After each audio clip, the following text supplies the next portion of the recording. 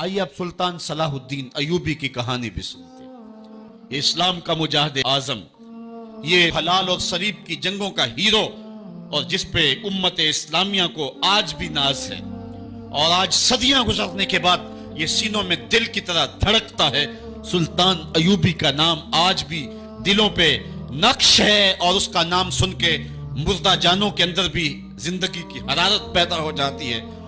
اس کے زمانے میں ریجینالڈ بدبخت ایک انگلستان کے شہزادے نے حاجیوں کے قافلے کو روک لیا اور ان کا سامان لوٹ لیا۔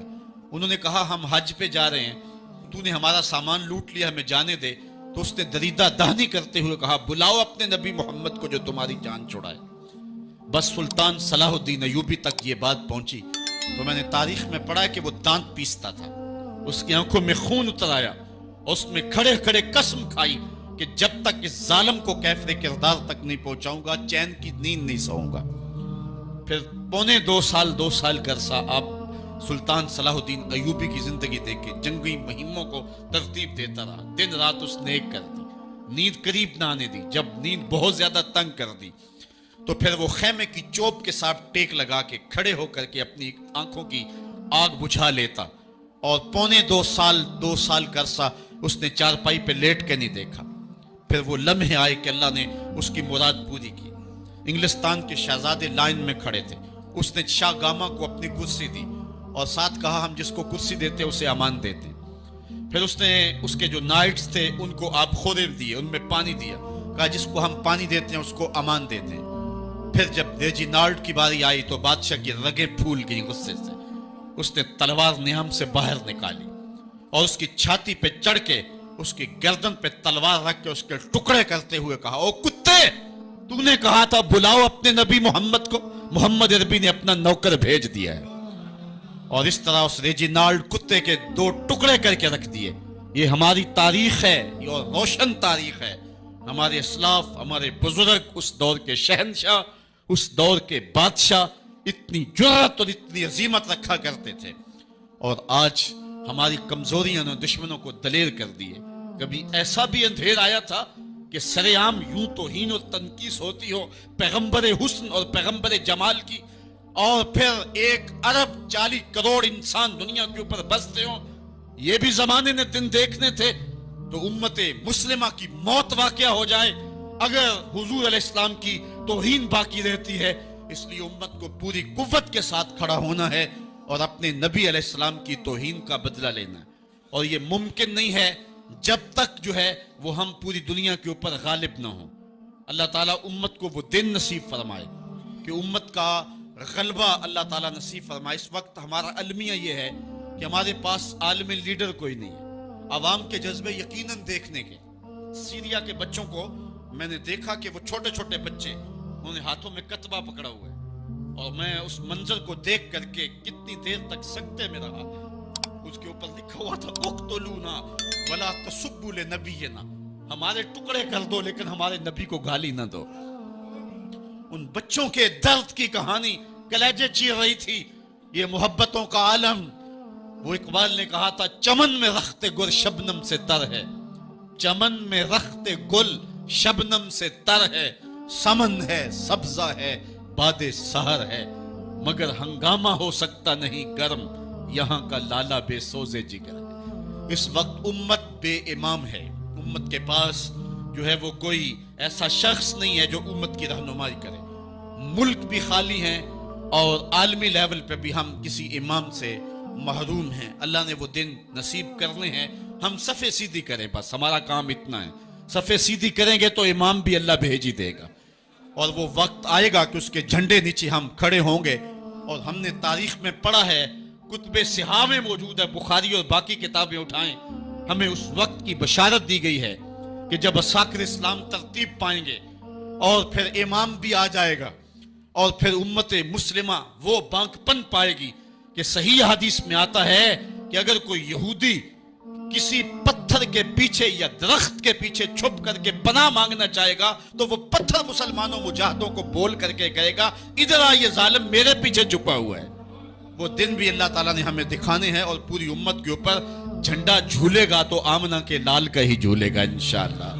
آ ملیں گے سینہ چاکانے چمن سے سینہ چاک، بس میں گل کی ہم نفس باد صبا ہو جائے گی، شبنم افشانی پیدا کرے گی میری سوز و ساز، اس چمن کی ہر کلی درداشنا ہو جائے گی، آسمان سحر کے نور سے ہوگا آئینہ پوش، ظلمت رات کی سیماب پا ہو جائے گی، شب گریزاں ہوگی آخر جلوہ خورشید سے، یہ چمن معمور ہوگا نغمہ توحید سے۔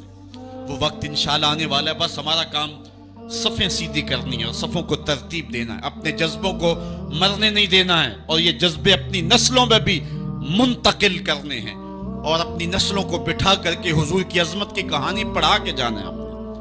میں نے سیریا کے ان بچوں کو دیکھا تو میں اپنے بچوں کو بٹھا لیا، میں نے کہا بیٹے پوری دنیا کے اوپر حضور کی ناموس پہ حملہ ہے، بتاؤ ہم کیا کریں گے؟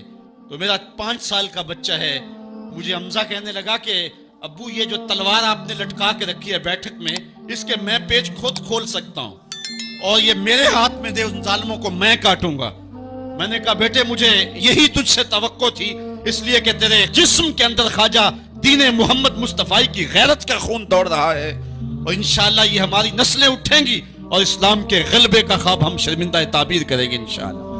تو اپنے بچوں کو بٹھائیں اور ان کو بتائیں اور ان کو حب رسول کے جام پلائیں، ان کے اندر محبت رسول انڈھیل دیں اور ان کے سینے کے اندر یہ حرارت پیدا کر دیں، اور وہ امت کے لیے اور نام محمد کے لیے ہر قربانی دینے کے لیے آمادہ ہو جائیں۔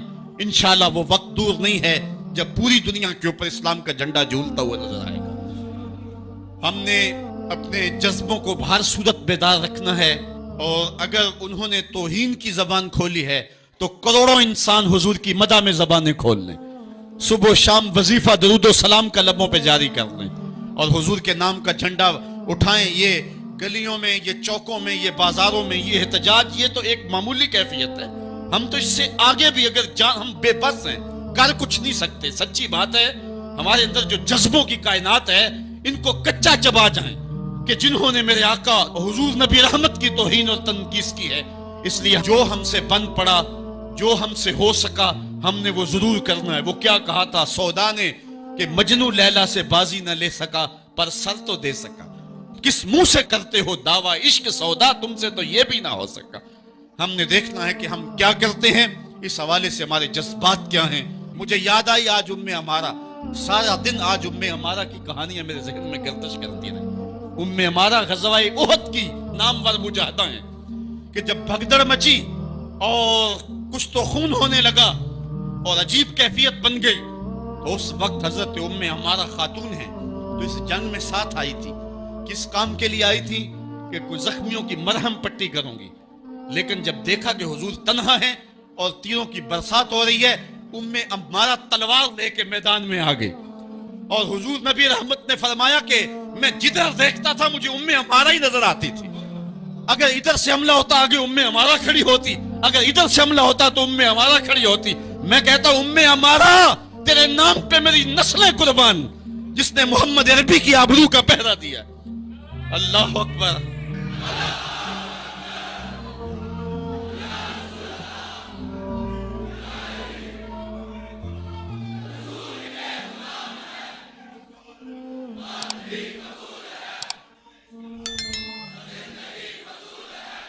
تمہارے جذبے سچے ہیں انشاءاللہ، شاید مغرب کو بھول ہو گئی ہے۔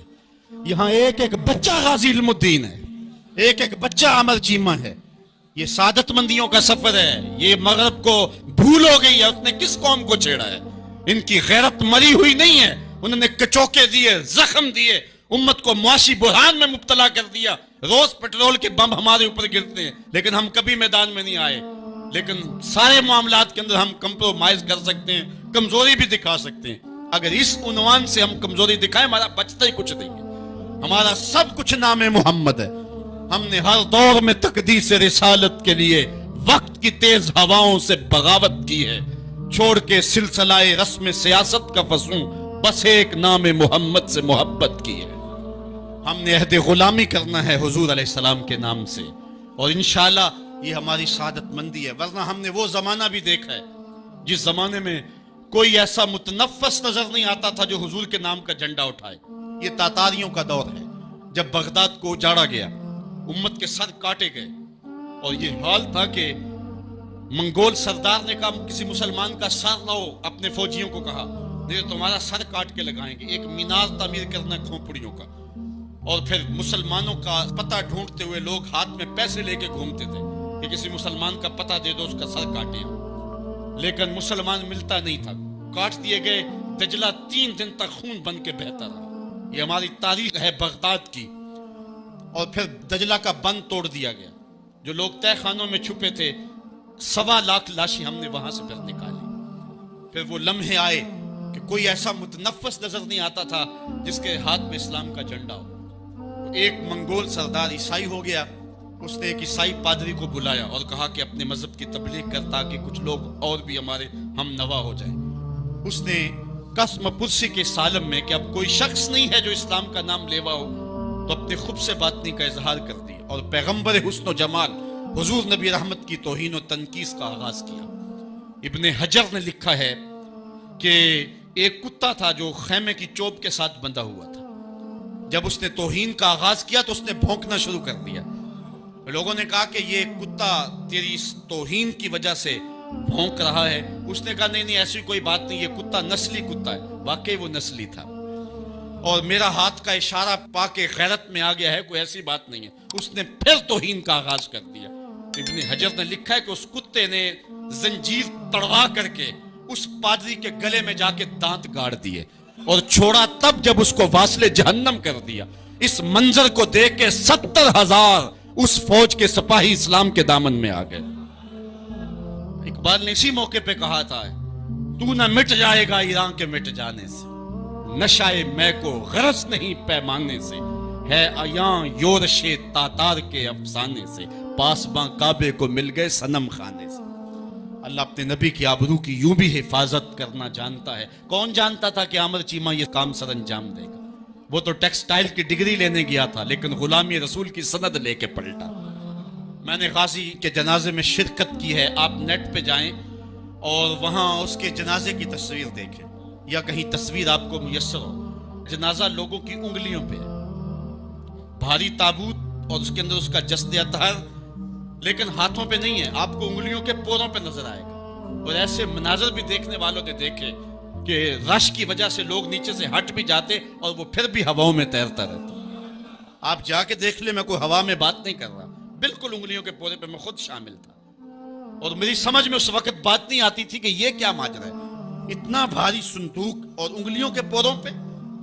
پھر ایک دن میں حضرت سعد بن معاذ کی کہانیاں پڑھ رہا تھا کہ ان کا جنازہ بڑا ہلکا تھا، تو پوچھا گیا تو فرمایا کہ سعد کے جنازے کو صرف انسان ہی جو ہے وہ کندھا نہیں دے رہے، فرشتے بھی کندھا دے رہے ہیں۔ غازی کا جنازہ ایسے ہوا میں تیرتا تھا جس طرح پانی پہ کشتی تیرتی ہے۔ میں نے خود غازی کی قبر کی پائنتی پہ ایک سید زادے کو روتے دیکھا، اور وہ کیا رہا تھا، ربا میں تینوں اے نہیں کہندا مینوں عامر چیمہ بنا دے، میں کہنا ہے قدماں دی مٹی ہی بنا دے۔ یہ سعادت مندی کی موت ہے، یہ خوش نصیب لوگوں کی زندگی ہے، اور مسلمان اس کو اعزاز سمجھتا ہے۔ اس پورے حال میں کوئی ایک شخص بھی نہیں ہوگا کہ جس کے دل میں یہ آرزو نہ ہو کہ میں حضور کے نام پہ قربان ہو جاؤں۔ ایک ایک شخص کے سینے کے اندر، میں سمجھتا ہوں میرا ہی سینہ ہے، لیکن نہیں، ہر شخص کا سینہ یہی ہے، اور ہر شخص کے اندر کے جذبات یہ یار یہ دھڑا کیا ہے زندگی میں حضور کے بغیر؟ سب کچھ حضور ہی ہیں، اور ہماری زندگی کا سب سے قیمتی اثاثہ حضور کی ذات ستودہ صفات۔ آپ کو جمعۃ المبارک کو جو کال دی گئی اس میں بھرپور شامل ہوں، جہاں جہاں سے آئے ہیں وہاں جو جلوس ہو بھرپور شامل ہوں، لوگوں کو ترغیب دیں، اور اس کو جو ہے وہ بہت بڑے سائز کے اندر جلوسوں کو منعقد کرے تاکہ مغرب کو پیغام جائے کہ یہ تھکے ہوئے، ماندے ہوئے، ہارے ہوئے، یہ جو ہے وہ معاشی بحرانوں کے پسے ہوئے لوگ جب بھی اپنے